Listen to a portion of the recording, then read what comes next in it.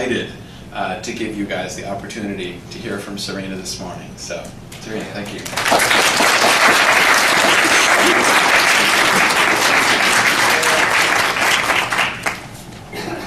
Thank you, Corey. Good morning, everyone. Good morning. I just want to thank some people at the beginning, most of all Corey and the organizers of this really lovely conference. This conference has grown and grown up in so many really great ways, especially to Trevor and to Jen and to Sparrow with all the work on the graduation. I do also want to thank my professors at Baylor University, because a lot of what I'm going to present to you this morning has also come in conjunction with my work there, where I've just started a PhD program. And in particular, there's someone at Baylor who's named Eileen Benson, who's the library's liaison for the English department, and we sat down and had a session together, and she really helped me with resources for this particular talk, so just expressing thanks to that person. So this morning I'm going to talk to you about what I'm rather obnoxiously calling real modernisms, revising metafictional narratives, which is a pretty annoying theoretical title, but we'll get into it. And I want to start getting into it by a picture. I want you to think about the end of Paralandra. At the end of Paralandra, the end of Ransom's stay there, Ransom has a vision in which he thought he saw the Great Dance. So those of you who've read it can remember that beautiful description. It seemed to be woven out of the intertwining undulation of many chords or bands of light, leaping over and under one another and mutually embraced in arabesques and flower-like subtleties.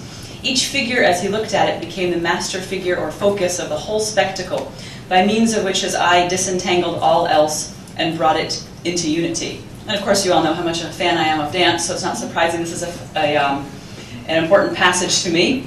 But I don't think from the description that they're dancing the Anglo-Saxon, though, right? So this is some more description of what it looks like, and then what it is, what this vision is of. Ransom sees ribbons or cords of light connecting peoples, institutions, climates of opinion, civilizations, arts, sciences, and the like. But the ribbons themselves, these ribbons and cords of undulating light, were individual entities. So people. So the ribbons are people's lines of influence connecting, crossing, and intersecting with one another. Now, the image of the Great Dance is primarily theological in its original context. It's a picture of human free will and of God's sovereignty interwoven in a complex choreography. But today I want to use it as an image of a new way to examine the so-called Inklings and their works. Right now, at this moment in 2017, the study of 20th century literature is experiencing some very important changes. And my goal today is to give you, especially those of you who are students or considering becoming students or emergent scholars, some new perspectives. So this is a little bit of a pedagogical approach here today. I want to give you a new story about the Inklings, a new picture for imagining literary communities in early 20th century Britain, and a new set of methodological tools for studying modernism, if you're considering that. So if you're a Tolkien studies person, or probably if you're an imaginative literature person, then you're actually a modernist. If you're studying the first half, or we'll discuss what the chronology is of the 20th century. So hopefully these will be useful to you. And then I'm going to use the story, the picture, and the tools to analyze the Inklings as a structural event within the larger imagined community of modernist literature. And, well, we'll see as far as time, I might close with some specific suggestions or some projects that need to be done by students and emerging scholars. Humans are storytelling creatures. We tell stories to shape our own lives, to reconstruct or fictionalize incidents in our days, and to create romantic tales or recovery stories or spiritual narratives. Historians define tidy eras with labels and with starting and ending dates, shaping the past through their art of selectivity and curated presentation. Literary scholars create backstories for genres, craft plot lines for time periods and literary movements, and turn authors' lives into character development. Politicians in a post-truth culture tell tall tales. And as Janet Malcolm wrote in The New Yorker, there was a debate surrounding what Gertrude Stein's last words were, and Janet Malcolm wrote about this: strong narratives win out over weak ones when no obstacle of factuality stands in their way. Now the story goes that there were four major Inklings, right? C.S. Lewis, JRR Tolkien, Charles Williams, and Owen Barfield. This is a story that I have often told myself, and I've kind of even been pushing that story a little bit recently to get more attention put on Charles Williams and Owen Barfield. I have two sisters, and we've joked that we always want to do a panel at Mythmoot where I'll talk about Charles Williams and magic, the linguist will talk about Tolkien, and the musician will talk about like maybe Lewis and Wagner, and our fourth sister, who doesn't exist, will talk about Barfield. That seems to be how it goes, right? I'm about to reinforce this story of the four Inklings in my hopefully forthcoming edited collection, The Inklings in King Arthur, which is subtitled Owen Barfield, C.S. Lewis, JRR Tolkien, and Charles Williams on the Matter of Britain. Humphrey Carpenter's The Inklings is subtitled C.S. Lewis, JRR Tolkien, Charles Williams, and Their Friends, which kind of elides Barfield, but emphasizes the other three as a coherent group. The Zalewski's recent collective biography, The Fellowship, The Literary Lives of the Inklings, has the names of Tolkien, Lewis, Barfield, and Williams as its second subtitle. So these subtitles suggest a story about a small group of men who met together to write the works of Christian fantasy, obviously a debated term too, that generations of ordinary readers would love. But I'm going to tell another story today. So I'd like to make the radical suggestion that the Inklings did not exist. There was no group of people known as the Inklings. Instead, there was a fluctuating, ever-changing structural event, or a fluid network, known as the Inklings, into and out of which various individuals moved from time to time. There were far more than four, and they met in a variety of places. Humphrey Carpenter records 19 people who ever attended the regular Thursday night meetings in Lewis's rooms. There are many others who came to the more casual Tuesday morning and later Monday morning meetings in the pubs. Or they would just meet for lunch, tea, or dinners together in twos, threes, or larger groups around Oxford. Special guests dropped by, and literary conversation and manuscript critique were carried on by letter when the friends were separated geographically. So C.S. Lewis was almost the one constant. Although Lewis said himself that looking for any commonality among the members of the Inklings was chasing after a fox that wasn't there, Carpenter claims that C.S. Lewis was the fox, the center of the group, the one common feature. However, if we look at this through the image of the Great Dance, it's not a big stretch to think that Lewis himself would not like to be seen as the center of a fixed group. "Love me, my brothers," he might say, inspired by Charles Williams, "for I am infinitely superfluous." So the tale of the four Inklings then is a fiction. As far as I've been able to ascertain, if you know differently, that's fine, let me know please. There were only a few meetings, perhaps only one, at which all four of them were present. Maybe just a couple in the 40s when all four of those guys were there together. And I do not think there was ever an occasion on which it was just the four of them, with no one else present.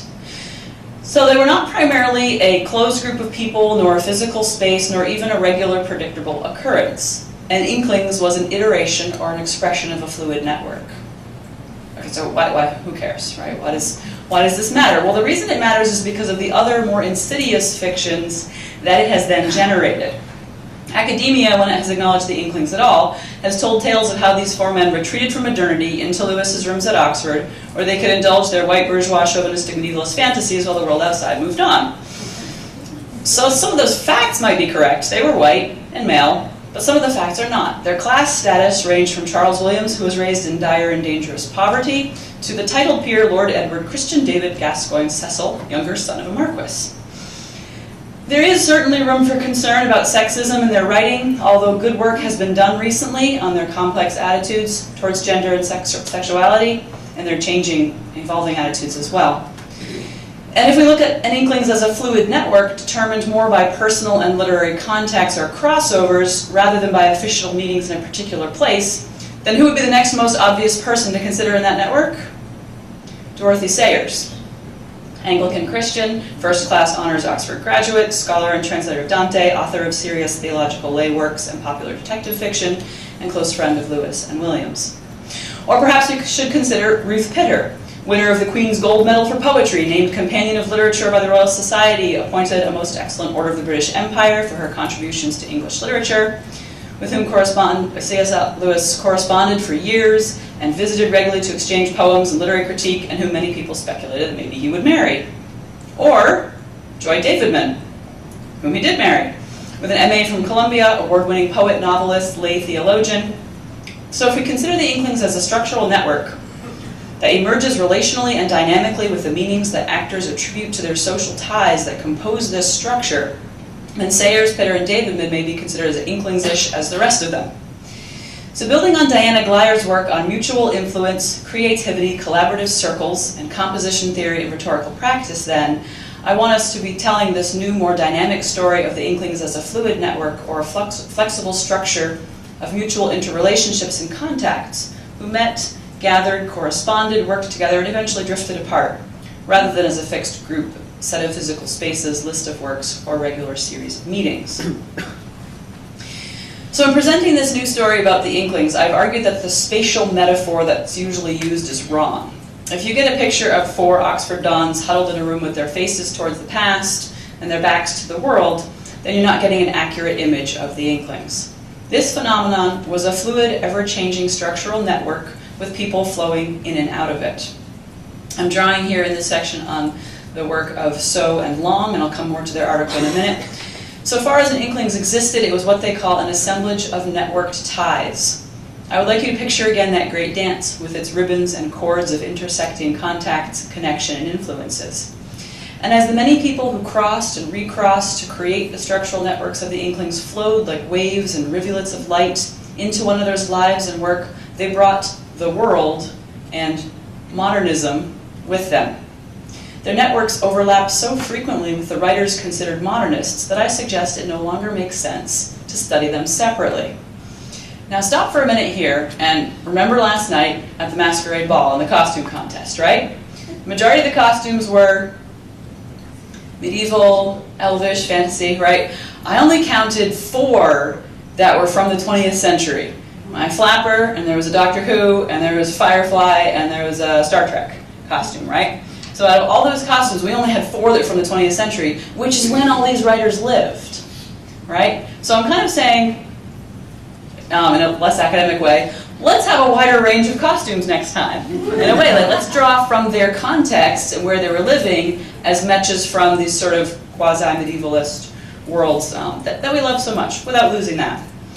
Okay, but wait, what am I talking about? These writers that are dearest to the heart of most Signumites, these early 20th century writers of speculative fiction, they weren't modernists, were they? Traditionally, they've been exiled as far as possible from the canon of high modernism. Carpenter writes, though Tolkien lived in the 20th century, he could scarcely be called a modern writer. His roots were buried deep in early literature, and the major names in 20th century writing meant little or nothing to him. And when he read something like Beowulf, he was interested in what? Philology, monsters, heroes, and post-colonialism. Oh, wait, no, not post-colonialism, sorry. And while C.S. Lewis read much more widely than Tolkien among modern writers, he disliked much of what he saw. Barfield's taste was much like Lewis's, Carpenter says, and while Williams's attitude was more subtle, yet his style resembled Gerard Manley Hopkins far more than, say, Eliot. He was perhaps never a true modern in his poetry. We could debate about that as well. But the Inklings enjoyed significant interaction with other prominent writers of their day. And the story within Inkling scholarship has been moving from hagiography through many phases to finally positioning the Inklings as, or at least with, modernists. Our own beloved Tom Shippey began his book Tolkien, Author of the Century in 2000 with this sentence: "The dominant literary mode of the 20th century has been the fantastic." He goes on in that book to argue for Tolkien as the author of the century, partially through comparison with the other, more institutionally recognized author of the century, James Joyce. If you ask an academic, what's the greatest novel of the 20th century? They'll say Ulysses. If you ask humans, okay, everybody else, they'll most likely say The Lord of the Rings. But as Tom Shippey points out, Tolkien and Joyce had similar careers. Each one wrote one main work based on an earlier, shorter work, along with related short pieces and poems. Each had posthumous publication of drafts. Both were interested in philology and professionally trained philologists to some extent. Both were at first dismissed by the intelligentsia. Their works are very deliberately schematized, encyclopedic, and highly philological in nature. Each has a remarkable phonoaesthetic ear and a penchant for language creation. Both tried to reach beyond traditional publishing methods, genres, modes, and forms. Verlyn Flieger writes in Interrupted Music that Joyce saw myth as endlessly recurrent, and Ulysses reinvoked myth by superimposing Leopold Bloom's Journey Through Dublin on the wanderings of Odysseus. Furthermore, he's using these layers of language and mythology in ways that can maybe be productively compared with the ways that Tolkien was doing it.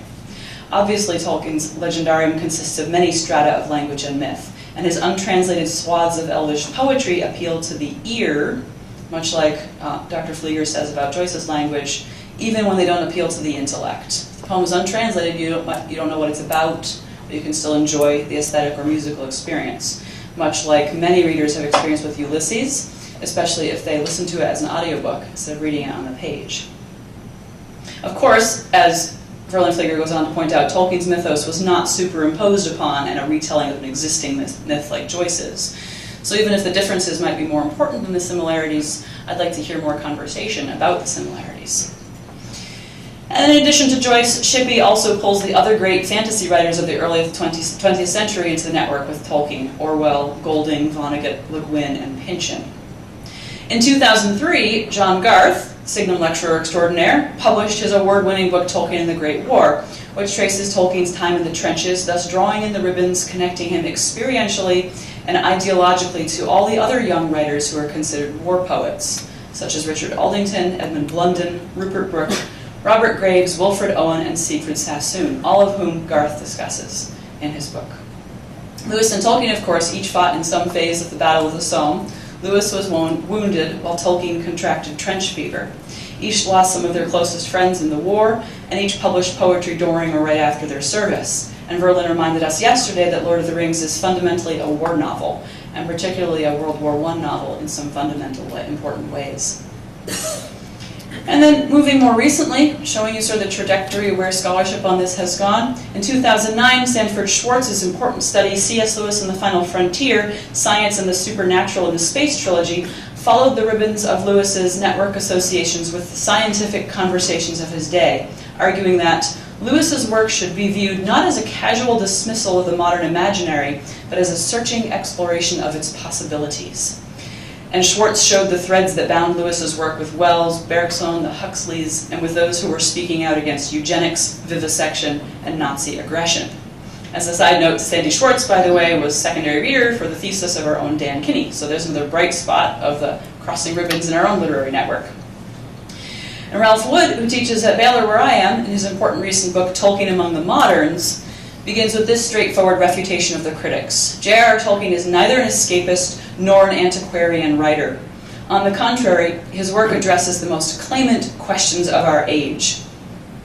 He gently chastises Shippey for not explaining how Tolkien's moral vision engages the specific concerns that animate the work of such major modern writers as Orwell, Golding, Vonnegut, Le Guin, and Pynchon.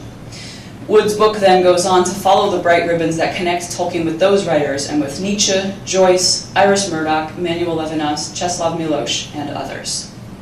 So just to bring this little survey of scholarship on the topic up to the present and even into the future, Malcolm Guite, who has been a Signum guest lecturer, has written the conclusion for the forthcoming King Arthur book, and in it he argues that far from refusing the challenges of modernism, the Inklings were dealing with those challenges in a far-reaching and prophetic way, and their work was itself a powerful and helpful response to the deepest currents of modernism, from the terrifying eruption of mechanized warfare and slaughter on an industrial scale during the First World War, to the immense questions about the future identity of humanity and basis of society posed by the reductive sciences and developments in genetics and technology, some of which they anticipated in uncanny detail.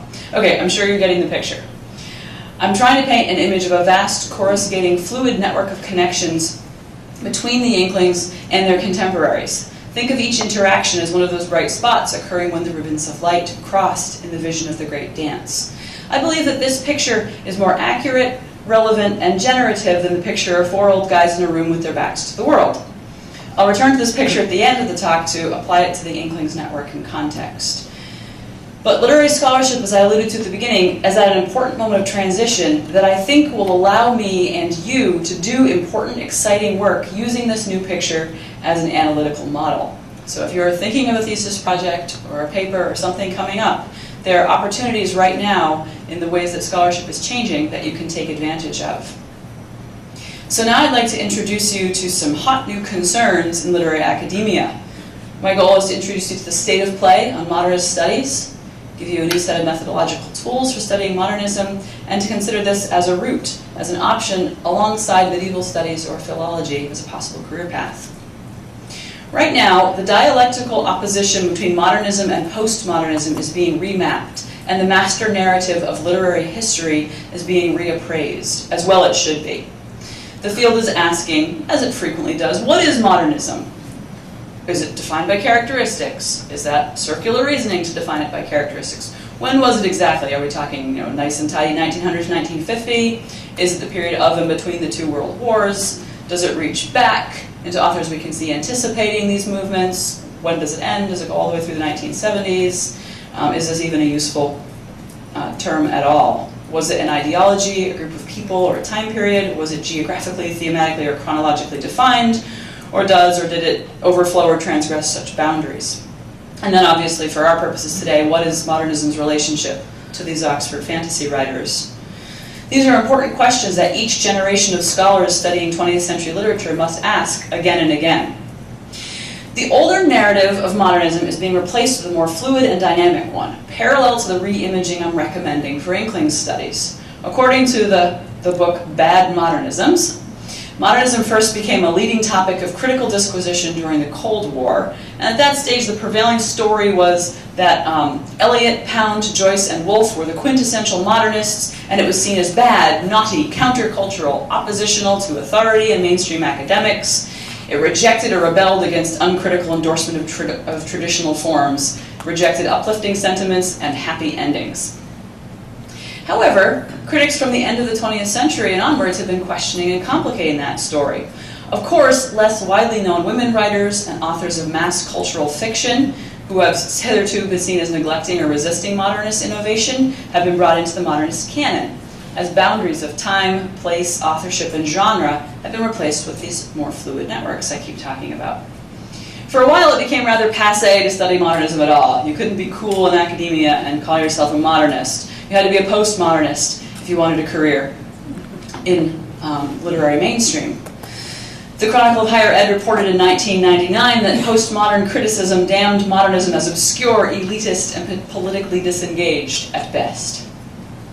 But right around that same time, 1997, critic Brian Richardson published an article about remapping the present, talking about what is the master narrative of modernism. And he questioned this standard meta-narrative of 20th century fiction.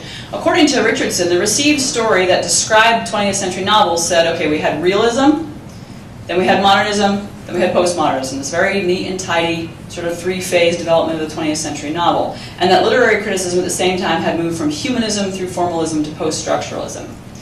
These narratives, Richardson said, create a cultural master text that posits a linear sequence, a teleological progression culminating in the present. And he said this was a very poor model. It marginalized important authors, works, forms, and developments, ignoring the radical heterogeneity and untimeliness of 20th century literary practice. So he went on to propose his own alternative narrative, which is just as tidy. It's just slightly larger. It has 5 categories instead of 3. And it's also selective, right? He says there were 5 contesting genres battling throughout the 20th century. Modernism, postmodernism, realism, expressionism, and romance. Pretty big term, but romance he only sees at the beginning and the end. So I don't see where sort of the works that everyone was reading fit into that narrative. Now, his model does allow women and minorities their place in literary history, but it's not really reflective of the actual reading habits of ordinary people or the vital networks in place among writers of varying genres and ideology. So in response, other scholars have gone on to offer alternative narratives. And the first Modernist Studies Association conference in October 1999, organized by the aforementioned Sandy Schwartz, by the way, to show how these networks are interacting, brought new life to modernist studies. Scholars of modernism who, after years of being associated with the fusty and retrograde, suddenly found themselves energized and optimistic. What had happened? Why was modernism suddenly cool again? Why is it suddenly a thing that you can choose as a career path now? Well, at least in part because scholars were no longer willing to cordon off the most prominent modernists from other movements going on in literature and culture. In other words, because they started looking at the first half of the 20th century as a system of interconnected networks, rather than as a set of discrete boxes with tidy labels. So, very importantly for this discussion, the great divide between high art and mass culture is being reassessed, with new critical interests in pulp modernism, low modernism, the middle brow, and the engagement with the popular. Observing the ways that highbrow and lowbrow authors interacted can go a long way to deconstructing these unhelpful binaries. This networking enthusiasm has continued among scholars, along with the discarding of old labels, the invention of new classifications, and maybe even some emergent freedom from taxonomizing. So there are a bunch of new terms. I mentioned bad modernisms already. There's one outside modernism. There's intermodernism and late modernism, and then here I am adding real modernism. But then after adding a new term, I'm going to suggest erasing them all. Wait for it. So late modernism is an alternative to the strict binary of modern versus postmodern. It opens up the discourse to other arts besides literature in a wider cultural context, and it pushes the field of study later, past the end of World War II. This opens space to consider such works as the Chronicles of Narnia and Lord of the Rings in this discussion. The next term, outside modernism, is driven by a subversive and discomposing desire to undermine and explode the traditional category of modernism, according to Hapgood and Paxton, to free all 20th century texts from such circumscription, and to bring in the ones that have been denied the label and have generally been dismissed by academia, an article by O'Connor. Yet these scholars fail to consider some of the best-selling authors of the 20th century, and they seem to be only concerned with things that have been marginalized because of the gender, politics, race, or sexuality of the author, and ignoring the equally powerful outsider nature of genre or audience and reception. So what about genre fiction? If we're opening up the canon to other minorities, can we open it to genre minorities as well? Fantasy, science fiction, mass market. These are coming late into the game with the academic elites, although they were arguably the most influential works of their times on the average reader and on the shaping of future culture. So I think of all those words, those isms I threw at you, intermodernism might be the best of that bunch. It's from Kristen Blumel's book, Intermodernism, Literary Culture in Mid-20th Century.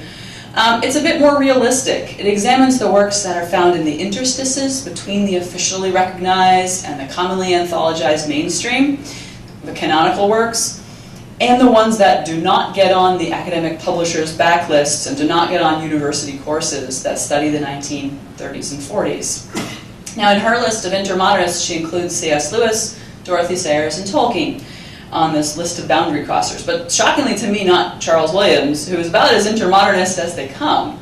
Because according to Kristen Blumel, intermodernism includes works that emerged from, anticipated, and influenced perceptions of two world wars and their aftermaths. They are works written for ordinary people rather than intellectuals. They typically represent working class and working middle class cultures. And they're committed to mass genres, so-called middlebrow, and so forth. This exciting boundary-breaking study focuses on communities, networks, and institutions in ways that map beautifully onto our new picture of fantasy and science fiction as members of an active, shifting, dynamic web of interrelationships. I think the idea of intermodernism seems to have caught on in academia, so you could try it out and see if you like it as a theoretical approach. But I suggested that I wanted to offer the term real modernisms, by which I'm partly calling for a return to good old-fashioned solid reader response analysis. What were real people, all kinds of people, really reading in the first half and a bit of the 20th century?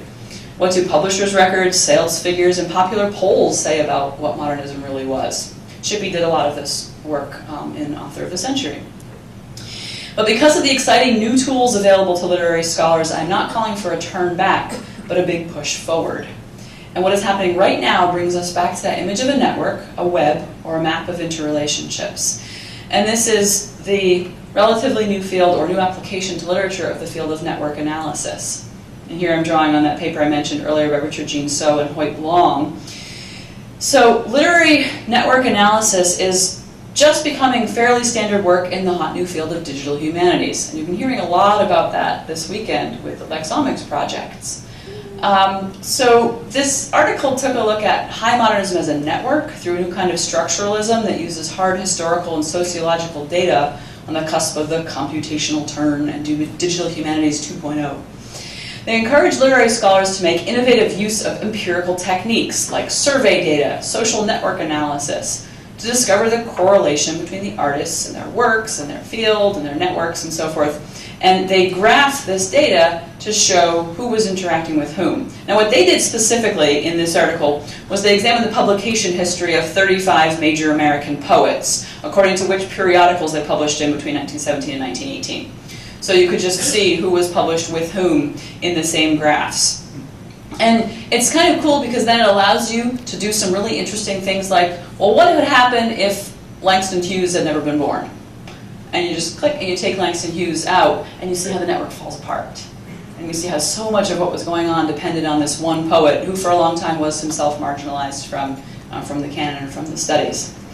And before you close reading trained Signumites dismiss this as a soulless approach to literature that strips the life and joy out of reading, let me remind you of the delight many of you have taken from Mike Drout's work, from his lecture, from his projects, and on the Lexomics website for Wheaton College, Lexomics is described as harnessing the power of modern computing and statistical techniques to investigate humanities-based questions, such as authorship, attribution, or textual lineage.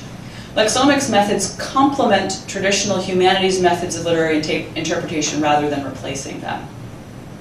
So these quantitative, computer-based, and sociologically driven network analysis projects work alongside the more conventional methodologies that are still doing groundbreaking work about imagined communities, the fluid, virtual interrelationships among writers that anticipated social media via letters, periodicals, and other print media.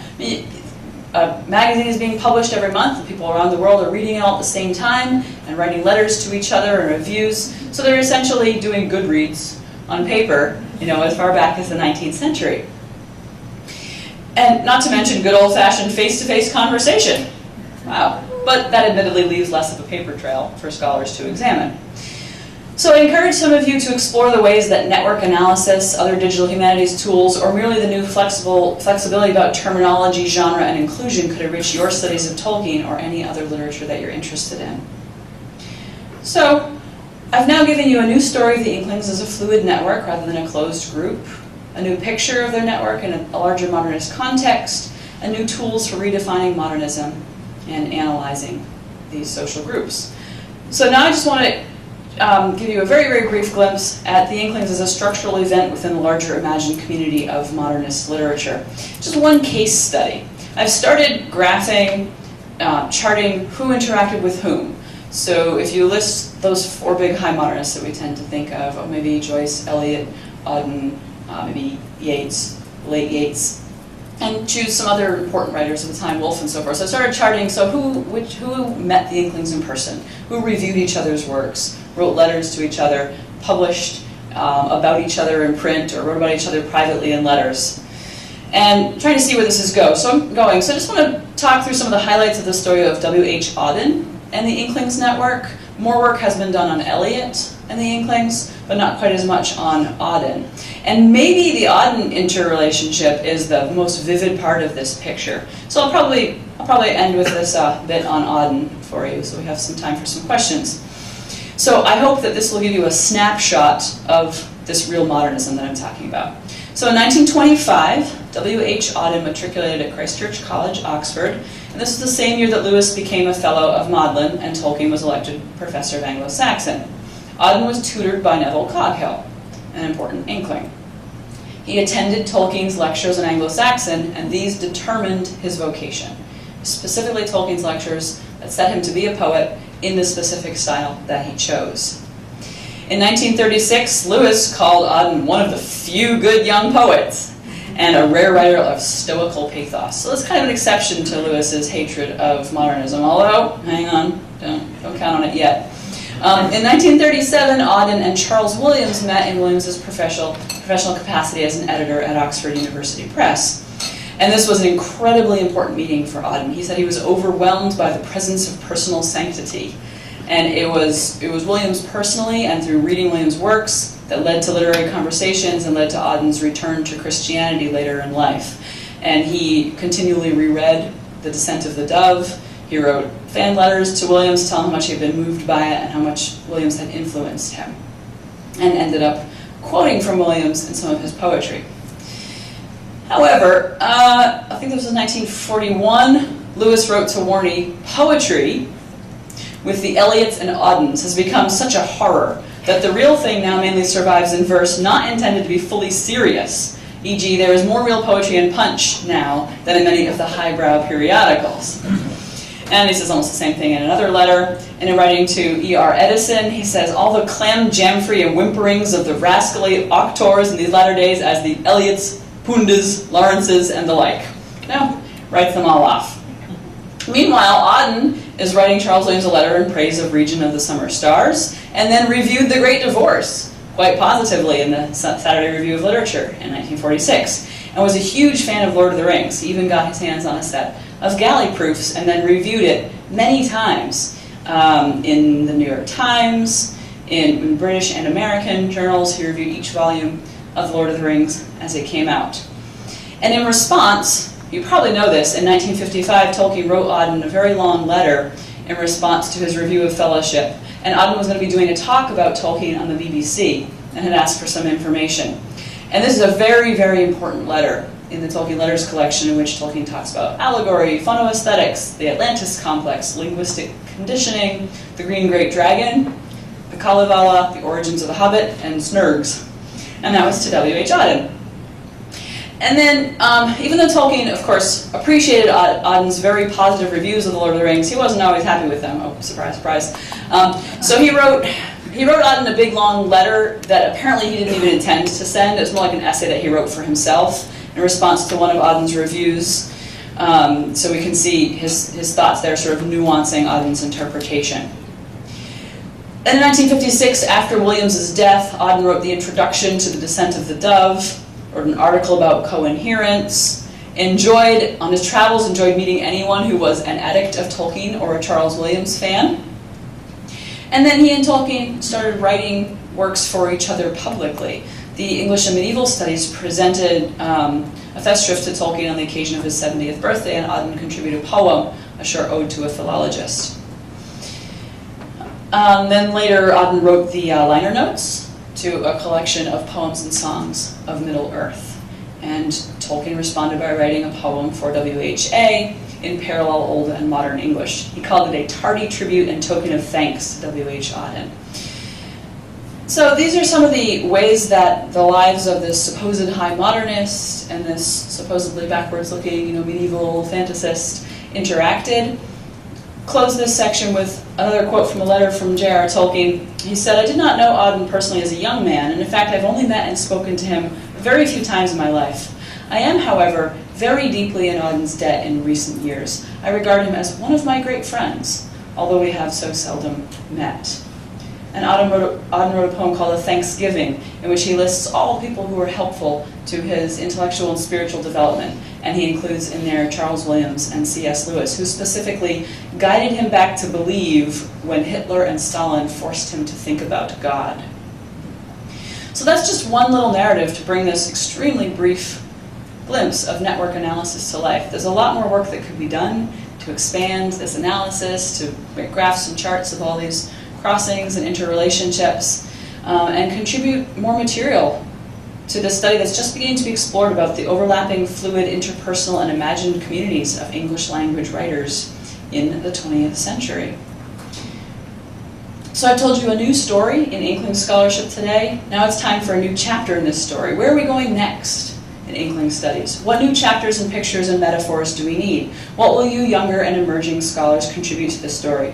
Back in 1997, Brian Richardson wrote that the history of literature needs to be studied more scrupulously and theorized more effectively. In a post-factual culture, rigorous research into the data of the past and the real contents of texts is urgently needed.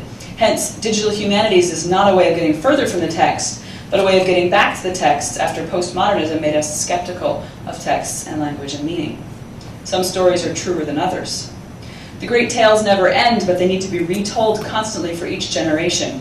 The great dance goes on with the ribbons and cords of light crossing and recrossing as individuals interact. And I hope that you will retell the fluid, dancing great story in your own way now in this exciting time of change. Thank you.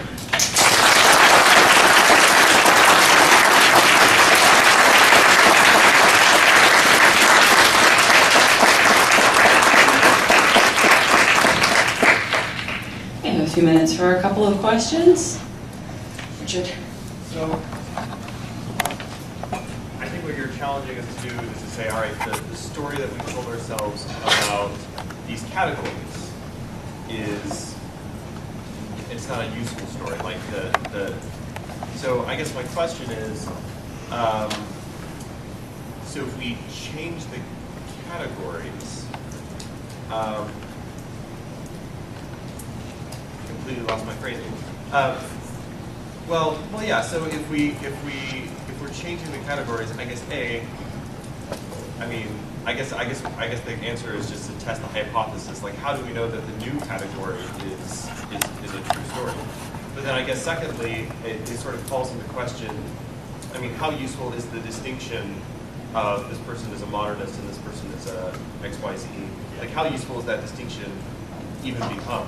I mean, like, talking about Auden, I mean, yeah, Auden's a modernist. I'm not going to argue that. But he also did a translation of the Poetic Edda, like, which is I think not remembered very often because it's not the thing he was known for. But that's a significant movement in medievalism. I paid him to ask that. Because I skipped a paragraph at the same time that says, so quoting scholars Anisha and Hilliard, the debates surrounding the end of postmodernism are finally beginning to provoke a postmodern approach to literary history, one skeptical of orthodoxies, of fixed positions, and of periodizations. And I hope they're right. I think it would be great if we could stop categorizing and delimiting, stop labeling and filing away, stop talking about movements and eras and periods and isms. These will only be selective fictionalizations and will always marginalize certain voices. Instead, look at particulars, do deep description of individual literary communities, and broad analysis of their overlapping interactions. Yeah, so I'm sure that the stories have been extremely useful in their time, right? But as we add more chapters to the stories, it changes the shape of the overarching narrative. And so we have to look at them to see if they've outlived their usefulness. Thank you. Nick. So you're essentially saying that basically the authors, like everybody else, as individuals rather than members of a group? Yeah, sounds good. Well, and as members of a community, that's determined by the ways they were really interacting. Because they're all influencing each other. Right, rather than by these artificial categories. We've just created a box and we've given it certain characteristics, you know, like they lived in Oxford and whatever. So yeah, how were they really living their lives and who was really reading them? Yeah, very good. I really like your use of the great dance as a metaphor for the way literary relationships and influence works. That's brilliant. But I'm wondering who these people are who believe what you're calling the old story, because I've been doing this for a long time. I read Humphrey Carpenter when it was new, and I got from it back in the 70s the idea that the Inklings were a fluid group that people moved in and out of. Now, it wasn't developed as beautifully as you did, but I don't think I've ever met anybody who believes in this old story. So why are we needing to reject it? I mean, where is that coming from? Well, great. Maybe I was just deceived. No, I mean, I think I've been hearing it just recently as a way to try to correct the neglect on Barfield especially. So maybe it's just a brief moment, and maybe it's not as negatively influential. I don't need to be too worried about it. But rebooting the story. Yeah, rebooting the story. Is anyone responding to that directly? Some of these hands, David? I should say, you said that humans are storytelling animal.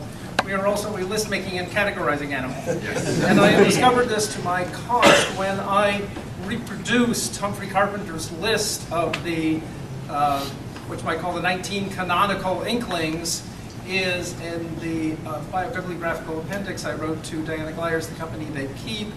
I included a preface explaining that there really is no such thing as a list of the Inklings. These are the persons that Carpenter identified as having attended Thursday evening meetings in other than in a non-guest capacity. And even that, although I didn't go into that, is somewhat interpretational.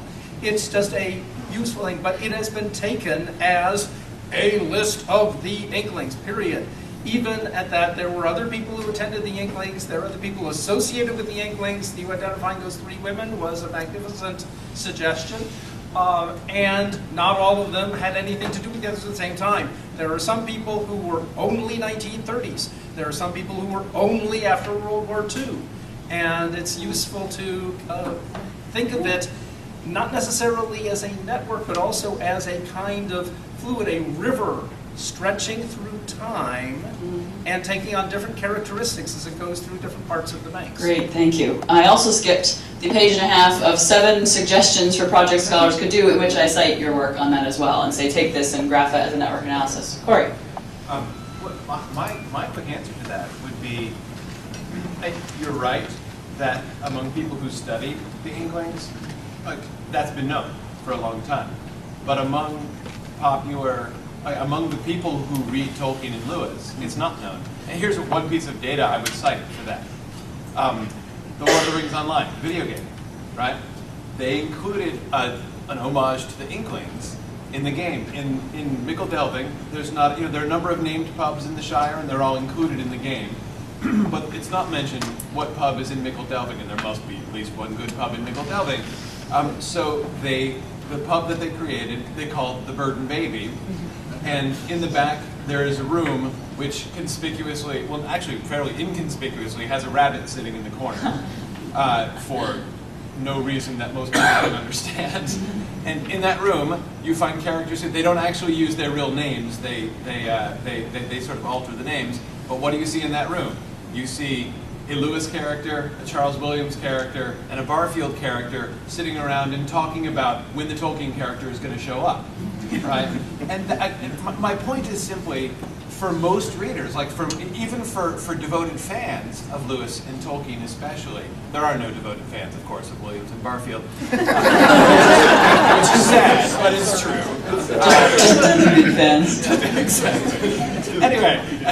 But among them, I do think that that's still the, and most of these people haven't read Carpenter and never made a study of the Inklings. So it's not like it's like this dominant story within Inkling studies. But I do think it's the dominant story among many, casual readers. So I do think it is really important that that's still a message. That although, people like, David, like you've been talking about this kind of thing for a long time. Yeah, aren't there a fair number of sort of like fanfic novels in which the Inklings are characters that do this? I haven't read very many of those, but I read a mystery the other day where they solve a mystery.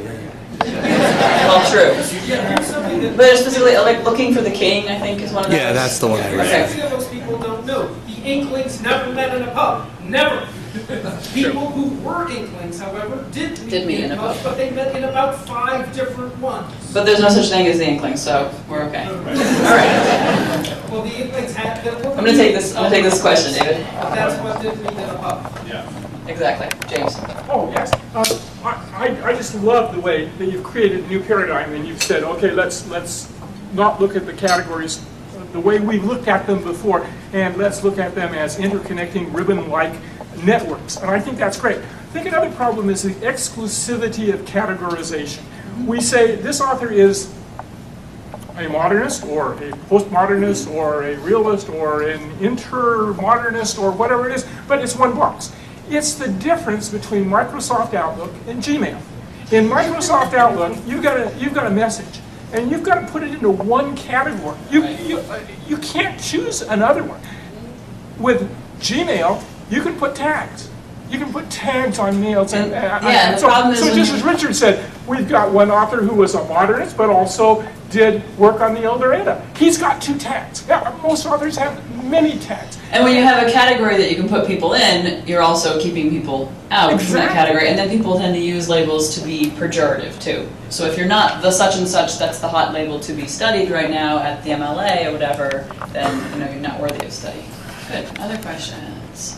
Thomas. How much is the difficulty about considering genre fiction within modernism been a phenomenon of academics adopting some of the categories and stringent categorizations that some of the modernists themselves instituted between their definition of high art that they were trying to distance themselves from, the mass culture? Yes. How much of it is academics just sort of blindly accepting those categories without criticism? Here's what I know. I don't know the answer to your question. I know the question is being asked a whole lot right now. So it is a good question. Yeah, and scholars are asking it of themselves too. So, very nice. Yes, we should probably wrap up shortly. Maybe 1 or 2 more. Kevin? Yeah, so I just sort of got maybe a logistic question. So we're inevitably going to miss a whole bunch of these connections. And I'm afraid that we might, because of what is recorded, end up with a narrative that is not actually very accurate. That because maybe two people corresponded in a way that was preserved via letters, but actually there were a lot of personal conversations that were never recorded and no one has record yeah. of. And there are materials that are not available. Yeah, oh, yeah, right? yeah. So when I was making this chart of who wrote to whom, I mean, I only have a small selection of Tolkien's letters. I only have very few of Williams's letters available to me, right? So I'm making this great chart, and it looks like, wow, C.S. Lewis was this like super modernist guy because he wrote to everybody. So, well, but I have all his letters, and there are letters that are restricted, and maybe will never be published, like the very important letters from Charles Williams to Celia that are in a restricted collection, and her estate is in question, so we never know if they're going to be available. So right, yes, so it's always going to be selective. You'll never have all the materials, but choose like a small, focused project that you can do. Choose something like the Inklings of War Poets. Where were they ever published together? Did their poems ever appear in issues of periodicals at the same time? Or did their collections come out from the same publishers and so forth? Or do a network analysis on the relationships of a few of these writers with women in their lives to see whether this counteracts some of those stereotypes as well. Or take Diana Gleyer's important study, The Company They Keep, and map the data that she presents. She has these categories: resonator, opponent, editor, collaborator, and referent, for the ways that the Inklings influence each other. Well, how many times did they each serve in each of those modes? Might be an interesting map to make. Here's a really interesting one. This is kind of meta. I almost did this instead because it's more fun. But I left it for you because it's more fun. Study the images of networking that occur in the writings of the Inklings and see how much they were using this. So I just used the Great Dance, but how about the dancing figures in the Greater Trumps, right? How about this at the end of That Hideous Strength? Do you remember, as part of Mark Studdock's Salvation and Conversion narrative, he chases this boy's story through this periodical. And look at the material print culture that was going on at the time. We're just shifting from periodical publication to more sort of like single novel publication. Look at how the Inklings were published so differently from supposed high modernists. Almost every one of those big canonical high modernist books was serialized originally, rather than being published just as a book. So it's really, really hard to compare sales figures and reading data for this because they were published so differently.